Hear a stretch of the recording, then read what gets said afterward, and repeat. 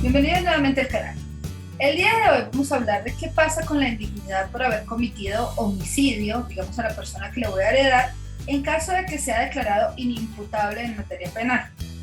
Esta pregunta la voy a resolver porque muchas personas que se han suscrito a mi canal me han preguntado acerca de qué pasaría si el señor Johnny Leal se declarara inimputable, es decir, que no tenía conciencia para cometer el delito de homicidio de su hermano y su mamá. Pero quisiera entonces mejor desarrollar la técnica general, la doctrina general acerca de la indignidad, sus causales y luego un precedente que nos podría ilustrar mejor en este caso, que hablar en concreto, digamos, de las particularidades de la sucesión de Mauricio Leal, porque eso ya lo hicimos en otro video. Entonces recordemos, la indignidad se considera una sanción civil. Una sanción civil que busca evitar que un heredero reciba una proporción de los bienes que dejó la persona difunta porque cometió o realizó algún acto o alguna acción en contra del titular del derecho o de sus parientes más próximos. Por lo tanto, esta sanción implica que si bien una persona tendría el derecho a heredar, el mismo sistema jurídico establece la forma para privarlo de este derecho, para privarlo de recibir la herencia, porque precisamente cometió o realizó algún acto o acción en contra del titular del derecho, el causante, o de sus familiares más próximos. Entonces, en este caso, la acción que se reprocha tiene relación con un atentado a la vida, al honor o a los bienes de las personas. En este caso sabemos que se cometió el homicidio del hermano y la mamá. Entonces, en este caso, cuando yo hablo de quitar la vida o atentar contra la vida, también es una acción que afecta no solo a quitarle la vida al titular del derecho, sino que también se protege quitar la vida al cónyuge o compañera permanente, a los ascendientes, padres, abuelos, bisabuelos, o los descendientes, hijos, nietos y bisnietos de esa persona. Es decir, no solo me declaran indigno por haber asesinado al titular del derecho, al causante, sino también indigno por haber cometido homicidio en mi mamá, en mi abuelo, en mi bisabuelo, o en mi hijo, en mi nieto, en mis bisnietos. O sea que el acto que se reprocha no solo afecta al titular del derecho, sino también a sus parientes más próximos. Ya hemos dicho que el artículo 1025 del Código Civil señala las causales de indignidad sucesoral y nos dice que son indignos de suceder a ese heredero, de suceder como heredero, perdón, o como legatario al que ha cometido el crimen de homicidio, al que cometió un atentado grave contra la vida de ese causante y sus familiares más cercanos, al que, digamos, dejó de socorrer a ese causante, al que no lo ayudó, o al que le impidió otorgar testamento, porque esa persona no quiso que yo otorgara testamento, o que me abandonó, digamos, sin una justa causa, o que también, digamos, se cometió, digamos, algún tipo de delito en contra de la persona que yo quiero heredarle. Esto, digamos, en general son las causales de indignidad. Y entendemos que en este caso, en el caso del señor Johnny Leal, pues él cometió homicidio en el titular del derecho, pero también cometió un atentado grave contra la vida, también cometió homicidio en la persona de la mamá del señor Mauricio Leal. Entonces miren que si lo viéramos así, podríamos incluso alegar que concurren no solo la causal homicidio, sino también esos atentados contra la vida que se encuentran en el artículo 1025 del Código Civil. Dicho esto, entonces diríamos que en principio la persona, Johnny Leal, en este caso, o cualquier otra persona que comete homicidio en el titular del derecho, su hermano o su mamá, no podría heredarles, precisamente porque incurre en una causal de divorcio. Esta causal se debe probar en juicio y el juicio lo adelanta un juez de familia del circuito, no lo adelanta un juez penal. Por eso no hay que confundir. Yo sé que muchas personas creen que de pleno derecho el juez penal debería tomar esta decisión, pero realmente no es el juez penal, es el juez de familia. Pero resulta que aquí hay un elemento que se está discutiendo en la actualidad. ¿Qué pasa si la persona que comete ese homicidio se declara inimputable? Es decir, declara que no existe o que no tenía en ese momento capacidad reflexiva que le permitiera comprender lo malo de sus acciones. Digamos que en materia penal, decimos que cuando una persona es declarada inimputable, significa que la persona no tiene capacidad de comprender el daño que está causando. Como no tiene capacidad de comprender el daño que está causando, bien sea por una inmadurez psicológica, bien sea por un trastorno mental, bien sea porque algo, digamos, le ocurre en su psiquis, pues entonces esta persona que comete ese delito sin tener capacidad de comprender, no puede ser declarado culpable. Entonces no se le impone una pena desde ese punto de vista por la culpabilidad, sino que se le impone una medida de seguridad. Es decir, se busca que esta persona pueda acceder, digamos, a mecanismos que le permitan superar esa inmadurez o ese trastorno mental, porque tiene de alguna u otra manera una disminución psíquica, y lo que se busca en ese sentido es proteger a esa persona que de alguna u otra manera no tiene la condición física o psíquica y se encuentra en una situación que podría decirse de debilidad. Entonces allí de alguna u otra manera, si una persona es declarada inimputable, eso también impacta en la declaratoria de indignidad. ¿Por qué? Porque se dice que el inimputable no actuó con plena conciencia. Y como no actuó con plena conciencia, pues entonces, en teoría, no estaría en curso en la causal de indignidad. Yo sé que esto es muy polémico, yo sé que esto, digamos, no es de recibo para todas las personas, porque claramente es un crimen que ha indignado a toda la nación. Y es un crimen que deja ver de alguna u otra manera que esta familia se quebrantó precisamente tal vez por egoísmo, tal vez por envidias, digamos que no conocemos todas las particularidades y debemos ser un poco respetuosos porque no tenemos ese conocimiento preciso de qué pasó en esas relaciones familiares. Pero la Corte, en una sentencia, que es la sentencia Corte Suprema de Justicia, Sala de Casación Civil, Familiar y Agraria, en una sentencia que es la sentencia SC 4540 del 2020, cuyo magistrado ponente fue el doctor Octavio Tejero Duque, estableció que debería entrarse a analizar precisamente qué pasaba con la indignidad cuando la persona había sido declarada inimputable. ¿Y qué fue lo que pasó? Digamos, en este caso, una hija había cometido homicidio en su mamá. Esta hija cometió homicidio en su mamá y entonces el Instituto Colombiano de Bienestar Familiar, porque el otro hermano, el otro hijo de la señora que había sido asesinada, le cedió los derechos al Instituto Colombiano de Bienestar Familiar, inicia como cesionario de esos derechos ante un juzgado de familia de Bogotá el proceso de indignidad. Y este juzgado de familia niega la indignidad declarando la inexistencia de causa para demandar porque la demandada era inimputable, es decir, la mujer que había cometido el homicidio de su mamá era inimputable.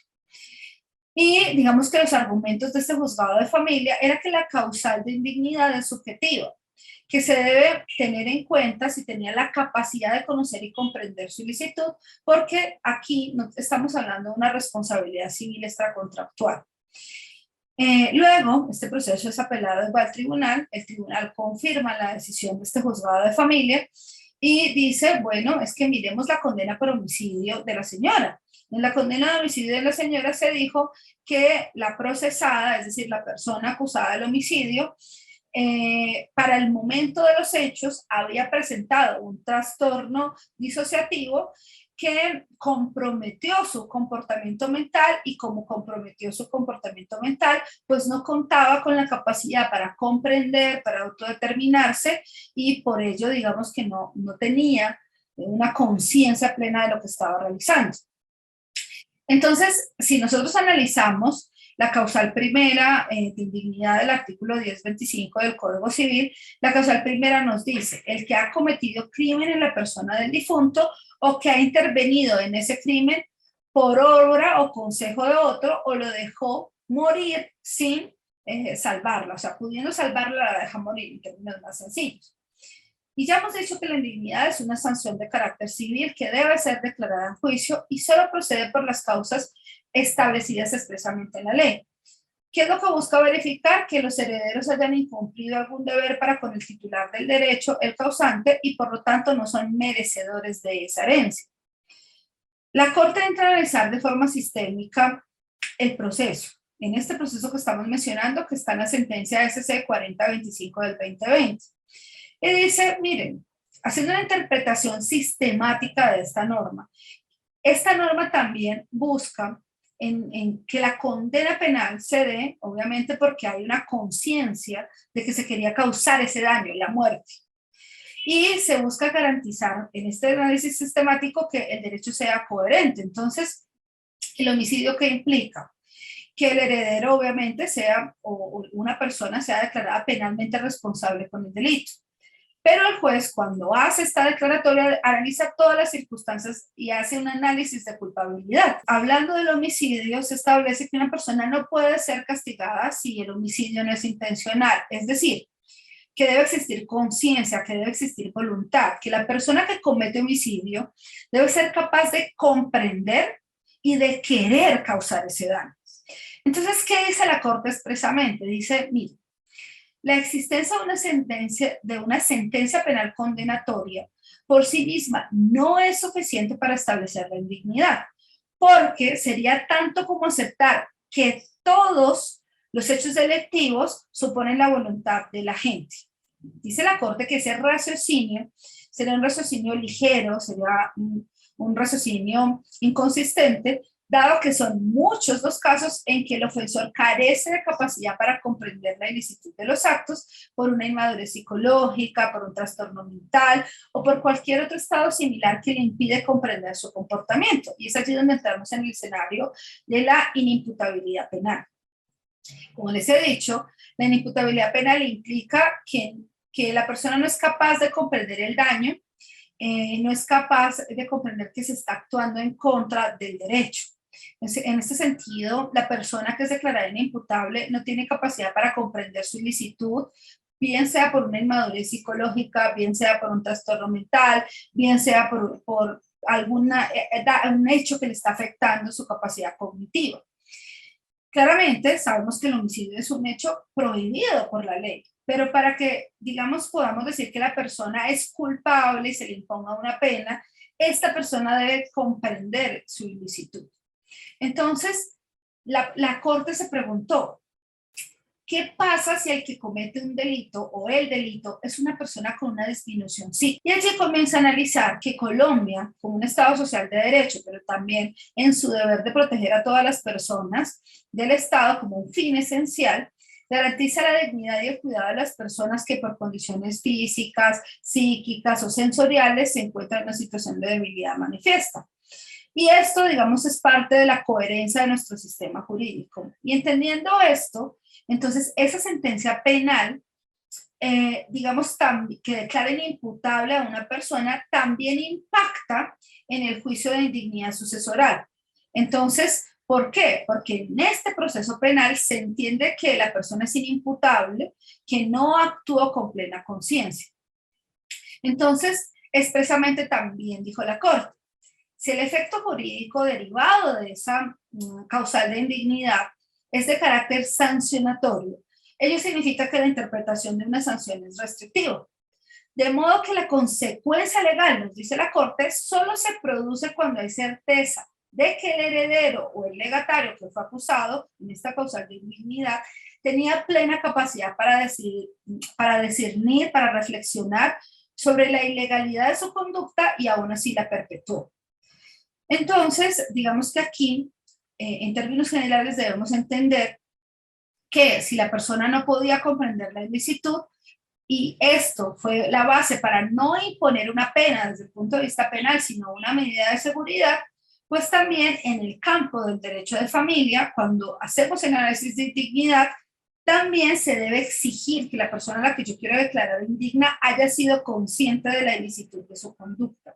Es decir, que es importante porque repercute esa declaratoria de inimputabilidad en el campo del derecho de familia para aplicar la sanción por indignidad que se establece cuando una persona comete homicidio en la persona de cuya sucesión se trata.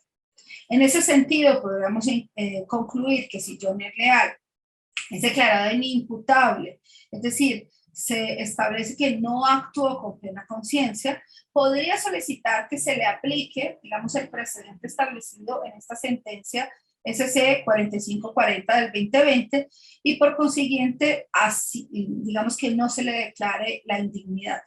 ¿Es polémico? Sí.